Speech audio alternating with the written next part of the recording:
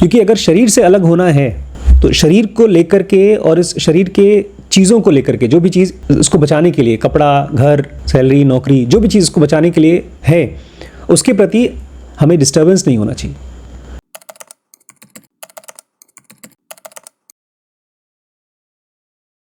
इस शरीर में जब तक हैं तब तक ये माया है, जब इससे मुक्त होंगे तब माया से मुक्त होंगे। लेकिन उसके लिए इस शरीर के साथ हमको जोड़ने वाला एक बहुत स्ट्रॉन्ग करंट है। जैसे बिजली का करंट होता है, ऐसे एक करंट है, उसको हम बोलते हैं प्राण का करंट। सांस ले रहे हैं, सांस छोड़ रहे हैं, हर हवा में, हर सांस में प्राण जाता है। अच्छा, यही प्राण जाकर के बनता है विचार। प्राण और विचार दोनों जाकर के हमारे मन के अंदर में कुछ विचारों को फिक्स्ड बनाते हैं। उसी में से एक विचार है कि ये शरीर मैं हूँ। जब मैं ये कहता हूँ कि जब तक ये शरीर है तब तक मैं माया को नहीं जान सकता हूँ, तो मैं शरीर हूँ, जब तक मैं शरीर हूँ, ये विचार मन में बहुत मजबूत है। और हर एक सांस के साथ वो विचार और मजबूत हो जाता है।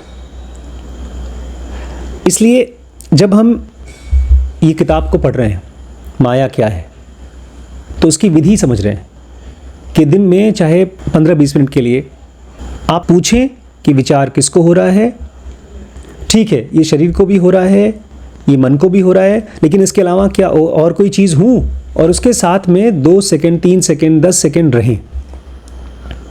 और फिर जब खाली बैठे हैं, जब काम धाम कर रहे हैं, तो उन विचारों को देख करके पहचाने कि अच्छा, यहाँ अभी मेरा करंट, मेरे प्राण फंसे हैं।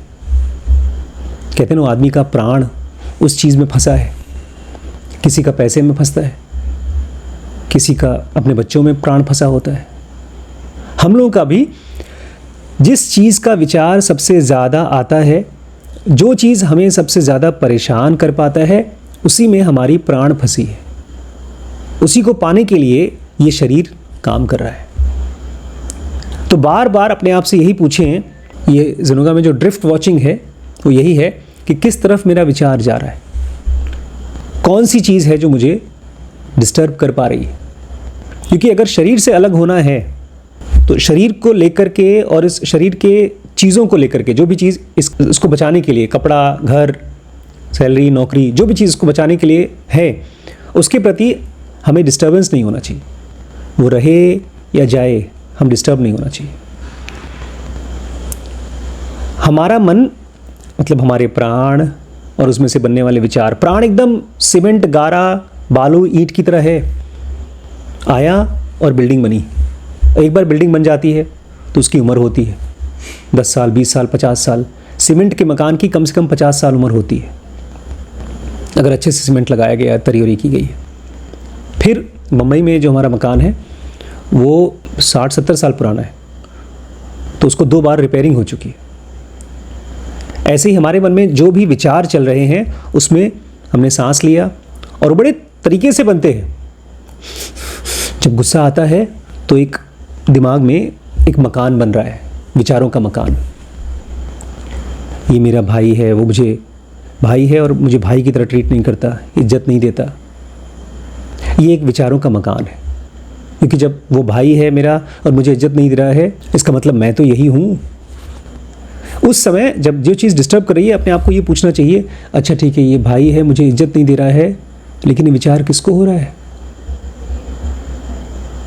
बस इतना पूछ करके उसके पास चले जाएं जो साइलेंस है अंदर। ठीक है, भाई मुझे इज्जत नहीं दे रहा है। अब ये आवाज़ बन गई, भाई मुझे इज्जत नहीं दे रहा है। अब ये आवाज़ की तरह मुझे समझ में आ रहा है। इसको और थोड़ा दूर कर देता हूँ। कल एक आदमी ने एक आदमी को इज्जत नहीं दिया, एक शरीर ने एक शरीर को इज्जत नहीं दिया। ये मैंने अपने ही मन में आवाज़ को बदला। एक घटना हुई, किसी ने मतलब मेरे भाई ने मुझे बेइज्जत किया। उस घटना को मैं पहले याद करता था इस तरह से कि मेरे भाई ने मेरी बेइज्जती कर दी। फिर मैं कह रहा हूँ एक आदमी ने दूसरे आदमी की बेइज्जती की। अब इसको और दूर करता हूँ मैं। एक आदमी ने एक आदमी से कुछ कहा, बेइज्जती भी नहीं की, खाली कुछ कहा। अभी तो हम पढ़ रहे थे थिंक अगेन में कि जब कोई डॉक्टर किसी मरीज को बोलता है तुम अपने बच्चे को वैक्सीन लगवा लो, तुम एक डायन हो क्या, मारोगी उसको, तो औरत नहीं लगवाती है, जब उसको पुश करती है। और वहीं पर एक डॉक्टर अगर मरीज से पूछता है अच्छा क्या हुआ, क्यों नहीं लगवाना चाहते, और फिर वो बोलती है मैं इसलिए नहीं लगवाना चाहती हूँ क्योंकि मैंने सुना है वैक्सीन लगाने से बच्चा बीमार पड़ जाएगा, तो डॉक्टर बोलता है ठीक है, वैसे तो ये अफवाह है, लेकिन अगर तुम्हें नहीं लगवाना वैक्सीन तो कोई बात नहीं, तुम उसकी माँ हो, तुम ज़्यादा बेहतर जानती हो, मैं नहीं जानता हूँ। इस चीज़ से उसका विचार बदल जाता है। बुद्ध के पास एक आदमी आकर जब उनको गाली देता है, थूकता है, तो उनके मन में यही थॉट आता है कि एक इंसान ने एक शरीर ने दूसरे शरीर पर थूका या एक कुछ शब्द बोला। इस तरह से आप अपने मन में बनने वाले विचारों के घर को, जिसकी उम्र 50 साल 60 साल 50 जन्म है, उसको आप तोड़ते जाते हैं। जब आप ये कहते हैं ये वो नहीं हुआ जो मुझे लग रहा है, ये वो हुआ जो हुआ, लग क्या रहा है, मुझे खराब लग रहा है। इसलिए अर्जुन को बड़ा खराब लग रहा था कि मैं अपने भाइयों को मारने वाला हूँ। भगवान कहते नहीं, खाली तीर चलेगा, ये शरीर खत्म होगा, मरेगा कोई नहीं।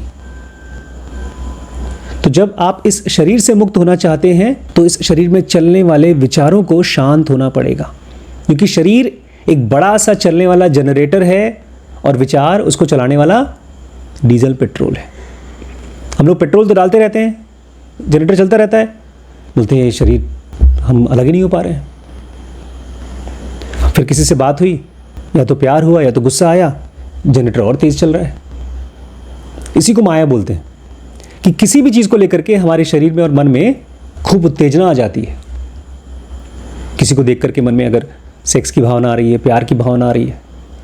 अगर और आगे बढ़ें, एक आदमी को किसी साधु को देख करके लगता है अरे मैं अभी तक ध्यान नहीं कर पा रहा हूँ। मतलब किसी भी कंडीशन में अगर कोई विचार मजबूत हो रहा है तो विचार एक पत्थर का घर की तरह है, उसके बगल में खाली जगह है।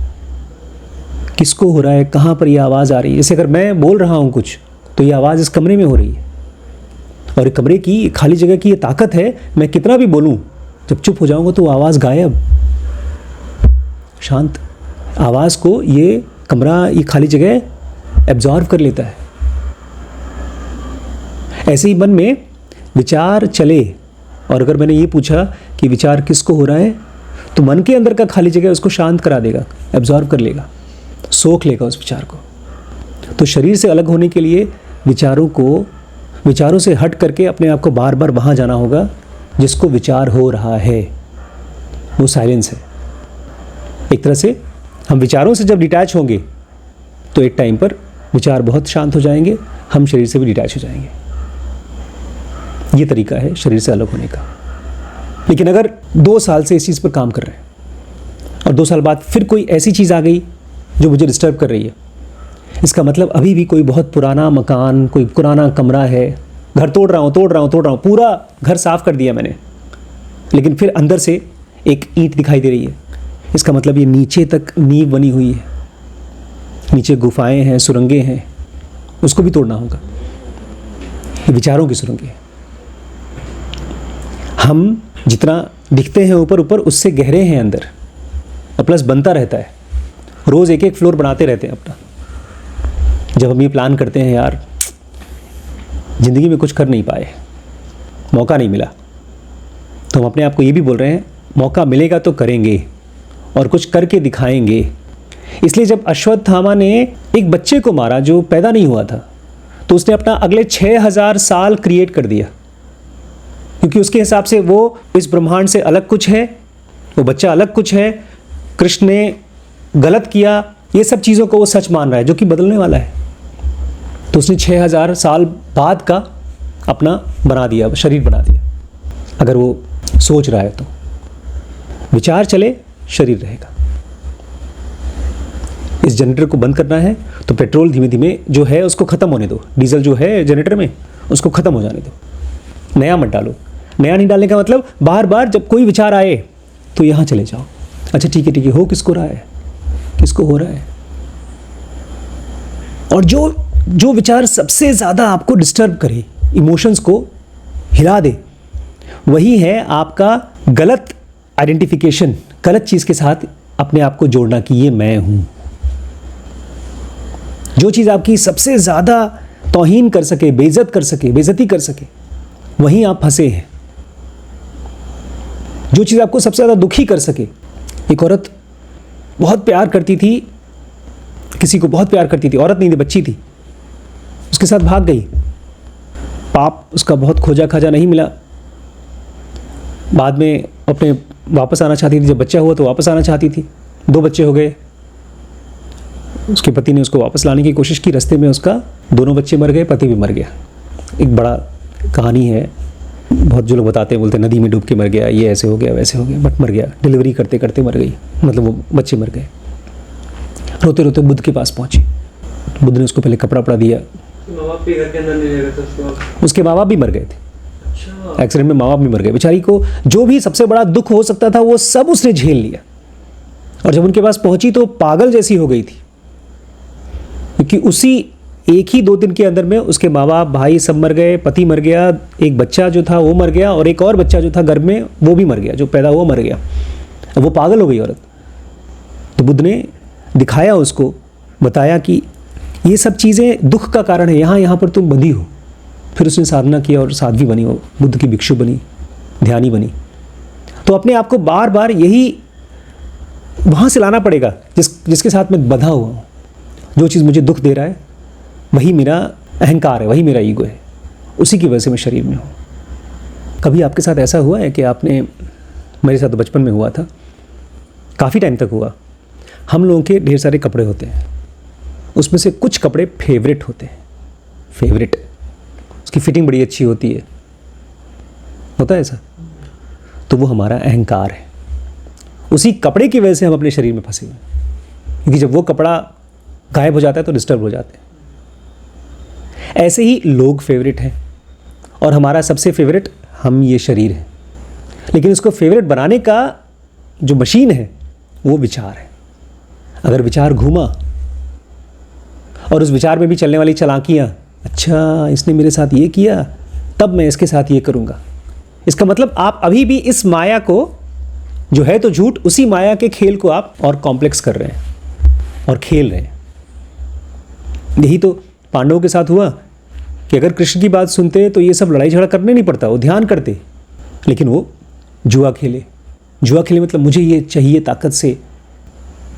इसलिए शरीर से अलग होना है तो जितना समय हो सके बार बार अपने आप से पूछें, जब खाली बैठे, कि विचार किसको हो रहा है, किसको हो रहा है, किसको हो रहा है। और इसमें मदद करता है हमारा सांस, क्योंकि प्राण ही है। जब हम अनजाने में प्राण लेते हैं तो विचार को लंबा लंबा लंबा चलने में प्राण भी उसी हिसाब से चलता है। जो आदमी बहुत गुस्से वाला है उसके प्राण अलग चलते हैं, उसके प्राण की स्पीड अलग होती है। जो आदमी बहुत शांत रहता है उसकी प्राण की स्पीड बहुत गहरी होती है।